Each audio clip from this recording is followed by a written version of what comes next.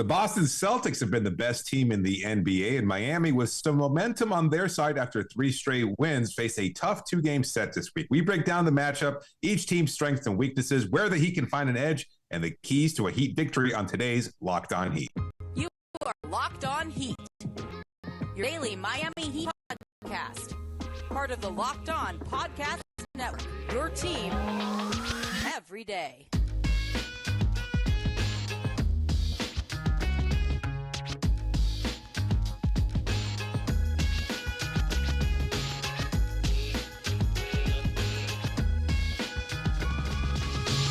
All right, welcome to Locked On Heat, your daily podcast on the Miami Heat. However you might be tuning in on YouTube, Odyssey, or wherever you get your podcasts, thank you for making Locked On Heat your first listen every day. I'm Wes Goldberg here with David Ramil. The Miami Heat will play the Celtics in Boston on Wednesday and on Friday, and we usually don't do entire shows previewing regular season games, but these baseball-style series sort of have that playoff feel to them, and with the Heat winning 3 in a row, they have an opportunity to go into Boston and get a signature win that then they could build on after that. So I want to talk about all the interesting angles to this matchup, an Eastern Conference Finals rematch. But my first thought is that this is going to be the toughest test that Miami's defense has faced this season. The Celtics, obviously, number 1 in offensive rating this year by a mile. And they're doing it not just because Jayson Tatum and Jaylen Brown are great offensive players and they added some depth, but they're doing it with a renewed sense of passing, ball movement, pace. They're 4th in the league in secondary assists. They're 4th in the league in screen assists. Jayson Tatum averaging 30 points per game. This is the best he's ever been offensively, for sure. Not only is he scoring at the rate that we're accustomed to seeing him score at, David, but he's screening in a way that he never has before. He's making that extra pass. He's more decisive. He's not turning the ball over nearly as much, which was his Achilles heel in the finals and in the playoffs overall. It feels like he's starting to figure out his gravity and the way he can impact the game on the court, on and off the ball. He's screening for teammates and getting them the ball. It's a version of Jayson Tatum that we hadn't seen before. It's not a coincidence that he's at the top of a lot of people's MVP ladder right now. You combine that with the fact that Jaylen Brown is also scoring 26 points per game, that Malcolm Brogdon, Marcus Smart have been good for them. And I think, look, I know that Miami is climbed back into the top 10 in defensive rating. They were as low as 20th in defensive rating. They're 5th in defensive rating over the last 10 games. But that was also, if we're being honest, a pretty soft stretch over the last 10 games that helped Miami climb back into, I think right now they're 9th in defensive rating. Not a ton of great offenses the Heat have been facing lately. That's not the case for the Celtics. Best offensive league by a mile. This is their toughest test yet this season, specifically on defense. So David, your confidence level in the matchup, specifically to, again, the Heat's defense versus the Celtics' best in the league offense. Not great, I'll be honest with you. I hate to seem like a naysayer at this, but this is the best version of this Celtics team, this current 2J's system that we've seen in ever. I was not a believer in them. I always thought there was something missing, or that perhaps they were too young. I predicted that Miami would beat them in the playoffs last year, and I've never really been scared of this Celtics team just because they were always missing something. But that is not the case this year. And going into the season, with the off-the-court, off-season drama that they were dealing with, there were some concerns whether or not they would figure it out, what version of this team would be, maybe coupled with the loss in the NBA Finals, that they would take a step back. But that's been the exact opposite. And we've seen this throughout NBA history, where a team gets beat by a better team, in this case, the Golden State Warriors, and then finds a way to figure it out. It's kind of like Chicago losing at the hands of the Detroit Pistons for consecutive years, only to figure it out and become one of the best teams in NBA history. Yeah. I'm not sure that the Celtics are there, although they're putting up historic numbers on offense. And that's the concern for me. So they're going to be without Jimmy Butler, I think. So that's a huge problem. At this point, maybe I've been watching too much World Cup soccer, but you're hoping for a draw at best in these 2 games. I don't know if you win on Wednesday. I don't know if you try to win on Friday. Hopefully you can at least hang tight and make it competitive, because that's your best bet. And I think that would still be a quote-unquote victory if you can get 1 win out of 2 in Boston against this version of the Celtics team. I'm sure a lot of Heat fans and Heat players would probably take that pretty happily. I know they want to win every game, but I don't know that's realistic either. No. They're the best team in the league. They've been a much better, more efficient, more productive, historically good version of this Celtics team. And that's dangerous. And with Miami missing key players and trying to figure out their own identity, and yes, building momentum, it's still an incredible challenge for them. So I'm glad that you pointed out that this will be their toughest challenge of the season. I don't think there's any doubt about that. Jimmy Butler not going to play Wednesday. Could be back by Friday. The team is hopeful. Worth mentioning, Jaylen Brown ruled questionable with neck stiffness. Did not play against the Charlotte Hornets on Monday night. The Celtics didn't need him. They scored 140 points against the Charlotte Hornets without Jayson Tatum, without Al Horford. We'll see. Horford's sort of been on and off throughout the year. I'm curious to see if 2 games back to back, so that's why he was out. He's probably going to be in Wednesday's lineup. I would imagine. Blake Griffin starting in his place, and he was still effective. They've just, one, obviously it's an injured, beaten version of the Hornets, but still, Miami barely got past them on one occasion. 140 points is a lot to score. I don't care if it's the Hornets or the Milwaukee Bucks. It doesn't, 140 points in an NBA game in regulation time is a lot of points to score, especially when you're missing your second leading scorer in Jaylen Brown. They didn't have him in that game. So, look, I want to go back to something you said because I think it was a really good point. The way that they lost to the Golden State Warriors, the lessons they learned in that series, it's a direct parallel. How the Warriors beat the Celtics is how the Celtics are playing right now. Okay, and you mentioned the fact that all the drama that they had with Udoka and everything that happened. Yeah. I forgot about that until you just said it. It seems so far in the past the way that this team is playing, because it feels like this team is drama-free right now. Aside from some of the injuries and some of these things, not any drama. We are, a year removed from Marcus Smart calling out his teammates, right? In the locker room and in public. And now it seems like this team is so willing to share the ball and move the ball that is very Warriors-esque, that is so dangerous, because you're talking about Jayson Tatum, who went toe-to-toe, arguably outplayed Kevin Durant in the first round of the Eastern Conference playoffs last year. He is one of the best, 5 offensive players in the NBA, the way that he's playing right now. I don't think that's a stretch. Jaylen Brown's been improved. Again, he's questionable, but even like Marcus Smart, Malcolm Brogdon, the contributions they're getting from those guys, they're more efficient than they've been. Malcolm Brogdon available for them in a way that he wasn't with Indiana. But overall, I don't know what the method is for the Heat to stop Boston's offense. We are going to see a lot of zone because the Heat just play a lot of zone. I think the Celtics are a team that can pretty easily, if they're making shots, puncture that zone. This is the Celtics not only number 1 in offense, going back to why, the numbers bear it out. Number 1 in 3-point percentage overall at 40.3%. Number 1 in field goal attempts from 3 with 41.4 per game. This is a team that takes a lot of threes and makes a lot of threes. And that is how you could really easily get the Heat out of their zone, because all of a sudden you have to stretch those guys out a little bit further. The middle of that zone opens up. And then that's where guys like Tatum and Marcus Smart and Malcolm Brogdon can drive, get to the basket, kick out to those shooters who are making shots. This is, I don't know what it is that the Heat can do to stop the Celtics. I know we're going to get into key matchups in a roadmap later. You've talked about it in the past. I think it's a matter of mixing things up, right? That's where they're most effective. It's not just going to the zone or relying on it heavily. And I know it's been a crutch for them, something that they have to go to because of their lack of size, or because they've been rolling out these makeshift lineups with whoever's available because of injury and things of that sort. But I think it's still the key to any kind of chance of winning on Wednesday or Friday, is that you do have to mix it up. I'd like them to use the zone less, because Boston has the shooting and, moreover, the passing to bust that zone up. But the alternative is what? The alternative is man-to-man. Man-to-man. Without Jimmy Butler. And that's tough. No, you're right. It's got to be multiple looks. Alternatives for Here's Miami. the other alternative. Can I throw one at you? Forget it. Just forget it. You're not stopping them. The alternative is to try to score with them. That's the only alternative, is push the pace and try to score with them. That's sort of the next layer of this. Even if you could sort of hold Boston's defense to under their average, which is at 120 points per 100 possessions, the greatest offense ever so far through the first 20-plus games of the season. That's just by the numbers. You could argue whether or not you believe that to be true, but by the numbers, no offense has scored at this rate in the history of the league. Can you hold them a little bit under that? You're not going to stop Boston's offense.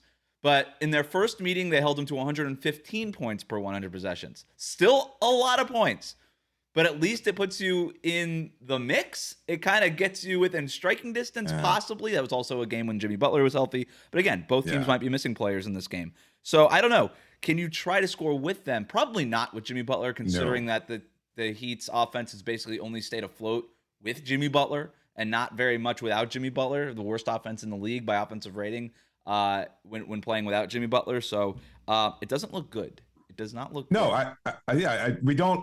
We're not usually a doom and gloom type podcast here, but I think generally you're looking. But we at are the realistic. Celtics team. Yeah, and I think this is not just a challenge, almost an impossible feat, which is why I say if you can find a way to steal a win there, that's a huge win for the Miami Heat. That's an incredible accomplishment for them. And as far as being able to keep pace offensively, you're going to need some fantastic nights from everybody. And I still don't know who's available for Miami. Is Gabe Vincent going to be playing? It looks like he might. Is Duncan Robinson going to be available? That seems less likely. Jimmy not there. You're going to have to get huge nights from Max Strus, Caleb Martin, who's been on a tear of late. You're going to have incredible shooting from Kyle Lowry, and you're going to have this version of Bam. And perhaps ideally, if you can get this version of Bam, if you can find some way of flummoxing Al Horford, who's been still great even at this point in his career defensively, and get him into foul trouble, that'll force them to start or play Blake Griffin extended minutes, and you can take advantage of that matchup. They're not going to be able to switch as easily with Blake out on the floor. That might be Miami's best chance at finding a way to victory there, and none of it seems likely. Again, you try your best. They're going to try their best, but you're going to have to attack at 100% and hope for the very best at this point. They're going to need to get a break. That's for sure. Look, we do have a roadmap for Miami to get a win that we're going to get to later. Also, no Jimmy Butler. So who guards Jayson Tatum? And what about the rest of Boston's scores? That's what we're going to talk about next here on Locked On Heat. But first, David, tell the listeners about Sweatblock.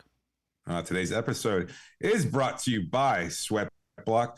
Just pulling up the copy here, but we've talked about this product in the past. They've been fantastic. It's a great product. I told you about a friend of mine in the past, a teacher who actually struggled with some incredible, some unfortunate sweating issues, and it just wasn't great. He was nervous because he was sweating through his shirts, and then he felt like he was going to perhaps have his students be distracted by this, so he was bringing an extra shirt to school, and it just got to be a real difficult process for him. But you know what? I told him about Sweatblock. He wound up using it. Loved it. Hasn't had no problems. Now he goes into every day in the classroom feeling much more confident. The students are responding to that. They're learning. They're more comfortable. It's been such a great product for him, and everybody gets the benefit from it, and it will be for you too. Sweatblock wipes are your little secret to confidence. The Sweatblock wipes work for up to 7 days per use. You can apply them on a Sunday, and you'll stay dry all week. Who can beat that? If you or someone you love is experiencing embarrassing sweat or odor, try Sweatblock. You can save up to 20% with a promo code LOCKEDON at sweatblock.com, and it's also available at Amazon. Thank you for making Locked On Heat your first listen. For your next listen, check out the Locked On Sports Today podcast. The biggest stories of the day, plus instant reactions, big game recaps, and the take of the day. It's available on the Odyssey app, YouTube, and wherever you get your podcasts. All right, so the Heat and the Celtics already played this year, second game of the season, October 21st. The Celtics won that game 111-104. So the Heat were in it, but obviously lost that game. We'll talk about their road to a win in the next segment. But first, I want to talk about these player matchups, all right? So Jayson Tatum was mostly guarded by Jimmy Butler and Caleb Martin, pretty much 50-50. Jayson Tatum cooked both of them. You hate to say it, but it's true. 7 for 11, 64% overall shooting, and he's been cooking everybody all season long. Jayson Tatum's been awesome all year. No Jimmy Butler. So you figure that this responsibility is going to fall almost completely to Caleb Martin. And if you're looking for somebody as a secondary option to sort of guard Jayson Tatum, I don't really know who it is. Maybe you throw Bam Adebayo at him a little bit, but Boston has so much size that I don't know that you can really afford to move Bam off of a center, because now, Caleb Martin is now guarding centers. Caleb Martin can guard 1 through 4. He can't really guard 5s. You're gonna miss PJ Tucker in this game for that reason, and a real power forward for that matter in this game. So it's just hard to move Bam around. I think. Look, let's just start there with the initial matchup. Go ahead. Yeah, I think maybe you might even consider starting Jamal Cain. Not ideal, but I think he gives you at least some of that size, speed, versatility, athleticism. Because if not, you're putting Caleb out in an island against an MVP candidate in Tatum, and he's going to be the one who picks up early foul trouble. Like, you can't afford to have, like we've seen in the past, Bam can make that switch. And it doesn't matter because Jimmy can pick up Horford. He can drift out to the perimeter and challenge Horford when he gets that 3-point shot. And Horford's still a very dangerous weapon from the perimeter. I don't know that you don't have that option, obviously, with Jimmy out of the lineup. So who else is going to start in that place? Like, we think initially, let's start with what we think the starters are going to be. Still don't know if Nikola Jovic is going to play, even if he is available. Definitely not a matchup for him. He should not be in that starting lineup. They're going to cook him. They're going to target him, and they're going to cook him. So I would guess, based on who we think is available, Kyle Lowry, Tyler Herro, Max Strus, Caleb Martin, Bam Adebayo. That's probably what the starters are going to be. Jayson Tatum hunted out Tyler Herro and Jaylen Brown, by the way, in that first matchup. Just hunted Tyler Herro over and over and over again, and Miami's switching defense mostly gave it up. That's the other part of this. Did the Heat switch as much in this game? Because I don't know that they can afford to. You brought up Jamal Cain. We could throw even Haywood Highsmith in there. Do you start one of those guys in place of, I guess, Max Strus? Yes. I think that could be an option for them. I think if Jaylen Brown plays, that could be more of an option for them. If Jaylen Brown doesn't play, I don't know that you need to go to it as much. And you kind of need one of those guys to come off the bench and provide that defense with the second unit. But it is something I wrote down in my notes, sort of previewing this game, was, do you start Highsmith or Cain? I think it's a worthwhile question to ask. The other part of it, too, is I know that they kind of are labeled defensive players, but I think that might be more because they don't provide very much offensively. I don't know how much better they are defensively than Max Strus, based on what we've seen so far this season and the sample that we've seen.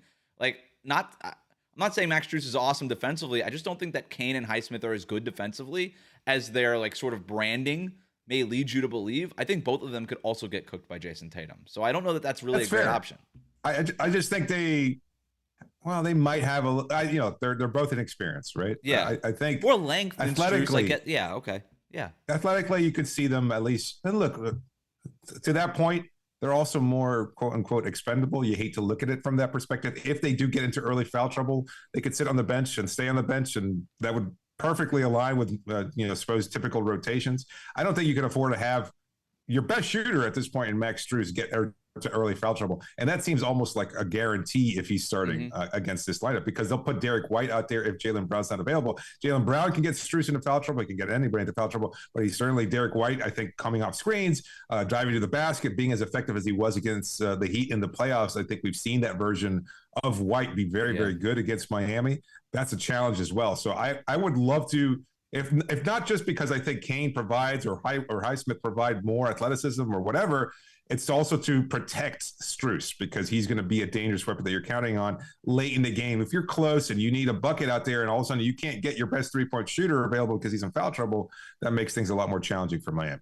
So based on what we think the lineups will be Wednesday, and I'm going to assume no Jimmy Butler and no Jaylen Brown, just for the sake of this conversation, Bam Adebayo and Al Horford, assuming Al Horford plays, and we both expect that he will, they just guard each other. Easy peasy. Yep. Caleb Martin, Jayson Tatum, and vice versa. I think that's fair. Correct.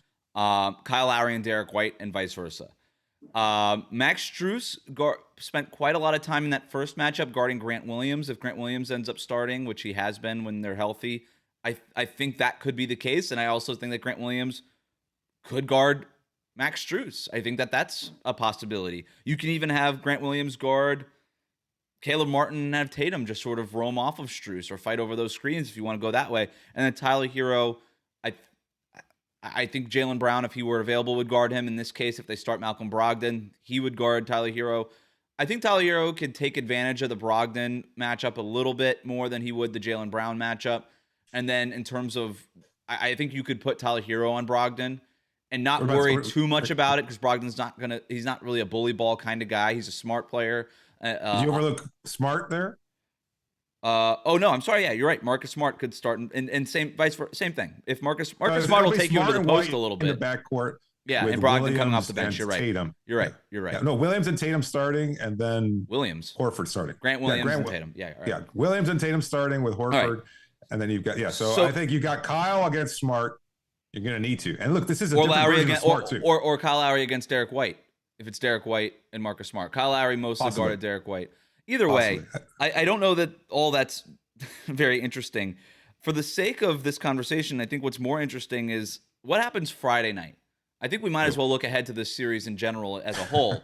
Jimmy Butler and Jaylen Brown, if they're both available Friday night, then I think you have Jimmy Butler guarding Jayson Tatum because you have to, just the way that Jimmy Butler guarded Devin Booker the last time this Heat team played a decent offense, even though the Suns were without Chris Paul. You have Jimmy Butler guarding Jayson Tatum, and then I guess you have Caleb Martin guarding Jaylen Brown. That was at least how the Heat played it the first time that these teams met. I would imagine that would be the case on Friday if everybody's available. Yeah. Yeah. I think you're right. A concern too is Marcus Smart. I've never really feared Marcus Smart because he does have his limitations offensively, the bulldog mentality, defensively, whatever, notwithstanding. This is a different version. Like, he's averaging a career high in assists, and that's like almost twice as many as any other year in his career. And it's because of that pass heavy offense. And he seems to have just a super green light, this high confidence mentality whenever Tyler Herro is on him. So that's a dangerous matchup too. If you put Herro on Smart, which seems like, a course of action given Smart's limitations in the past, I don't know that that's necessarily the right. And I sort of hinted at it earlier, but he's been much more willing to just sort of put his head down and sort of burrow into the defense when he gets that matchup. And what the Celtics have been really good at is doing their homework early in possessions too. So if Tyler Herro is matched up against Marcus Smart, for instance, in transition, Marcus Smart will just keep running until he's under the basket and pin Tyler Herro under the basket. And Jayson Tatum or whoever's bringing it down will just give him the entry pass, and Marcus Smart will just go up right over Tyler Herro. And he's got that strength to do it and make those shots. And he's been really good at it. And you can flip-flop all these things. Like Marcus Smart could do the same thing with Tatum, doing his homework early in transition and all these things too. So this is not going to be easy, whether or not Jimmy Butler is available on Friday or not. But we do think we have a path to a Heat victory. And one spot that we haven't talked about where the Heat could have an advantage. We're going to talk about that next. But first, today's episode of Locked On Heat is brought to you by BetOnline. BetOnline.net is your number one source for sports betting information, stats, news, and analysis. Get the latest odds and trends for every professional and amateur league out there. From football to basketball, soccer, and esports, BetOnline has it all. And if you love sports podcasts, you find those at BetOnline as well. They're always the fastest and easiest way to get your betting fix. What do we have going on right now? Actually, we just got updated odds on win totals. So, Miami Heat fans, BetOnline has dropped the Miami Heat's win total from 48.5 to 44.5 based on this slump that they've had to start the season. So if you are still bullish on the Miami Heat, winning 45 games or more, and I think 538 has them winning 46 games in their, according to their latest projections, now's the time to put your money where your mouth is. 44.5 wins. BetOnline has adjusted Miami's win total over-under. If you want to bet on it, head to the website today or use your mobile device to learn more. It's BetOnline, where the game starts. Back here with Locked On Heat. All right, let's talk about a roadmap for the Heat to win this matchup, whether it's Wednesday night or Friday night when we expect Jimmy Butler to be available. I've got sort of 3 checkpoints that the Heat have to hit here. Number one, all right, and you said this earlier, Bam has to dominate. Not just the Al Horford matchup, and Al Horford gave him fits the first time that these two teams played, but Bam has been more aggressive lately after a slow start. He needs to be dominant, 30-point per game dominant. Like, just has to. There's no other. And I'm not one of these guys, and you're the same way. We're not saying that Bam has to be a 30-point per game scorer every game, but he has to in these games, especially if Jimmy Butler's not available. So Bam has to dominate that matchup. That's number one. Number two, well, before I move on to number two, do you have anything else to say on Bam, or we kind of touched on it already? No, I think, again, unlocking the best version of him, which puts the onus on Kyle, who's going to be defended by Marcus Smart, so not as likely to be able to get those easy looks. Lowry has to play his best game of the season because he has to be the consummate floor general, unlocking Bam, getting him into position, etc. Horford, much bigger than the past few centers that he's faced. He's not going up against Kristaps Porzingis, who can be bullied to the rim or anything like that. This is a much tougher challenge in Horford. So yes, it's absolutely the top key for Miami's chance at victory. And defensively, I would like to see them just. I know that Boston does their damage from the 3-point line. They do want to kind of play inside out a lot. Also, I'll be just depending on how the game goes and if Boston's making a bunch of shots from the perimeter early, does Miami get more aggressive switching Bam out, or do they try to leave him like they have lately, closer to the basket, especially in that zone? If Boston breaks that zone early, what are they doing with Bam Adebayo? Do they even like play him and drop a little bit, or do they make him? Yes. I think it just depends on how Boston's shooting. I really do. If they're worried about the 3-point shot, then you can't drop him. You just can't. But if they're trying to get to the basket early, then I do wonder if they just say, you know what, we're going to block off the paint and dare the best 3-point shooting team in the league to make threes. It's not great. Or maybe maybe it's just multiple looks. Maybe it just goes back to that. Number 2, and here's the advantage that we haven't talked about: get to the free throw line.